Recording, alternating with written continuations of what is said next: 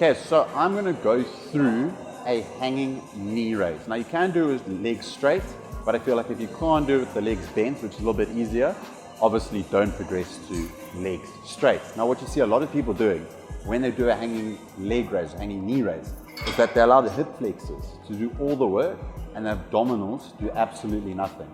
Now what you'll see is that when people are using the hip flexors, they're going to swing through here with very little control, and they're going to use a lot of momentum. And what you'll also see is that when the knees are up, the lower back will be arched.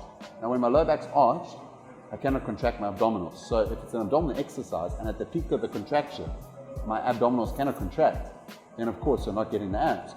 So what you'll see is that when I contract my abs, and at the peak of the movement when they are contracted, you'll notice that my lower back is a little bit rounded, because look, when we try to contract the abs, our lower back does round naturally.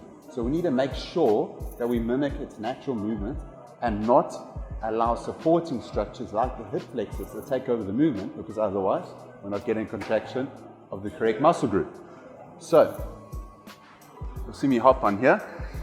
If I were to swing through like most people and use momentum, you can see, not doing much, the lower back is contracted. Now when I slow the movement down and I try to contract my abs before I go and then round the back, you can see far superior contraction and I'm in a lot more control. So you can see how the lower back slightly rounded at the top of the movement, and now my abs are actually getting the correct stimulation. Now it's really important when it comes to abdominal training, guys, that you understand that quality is better over quantity. You'll see people often really want to lose abdominal fat. Number one, you can't spot reduce abdominal fat, but that's another story. But they will try power through reps and they think, oh, if I get 30 reps, it's going to be better. Guys, if I do hanging leg raises, I'm doing max 10 reps and I'm focusing on creating a really, really strong contraction. I'm not rushing through the movement, I'm not using momentum.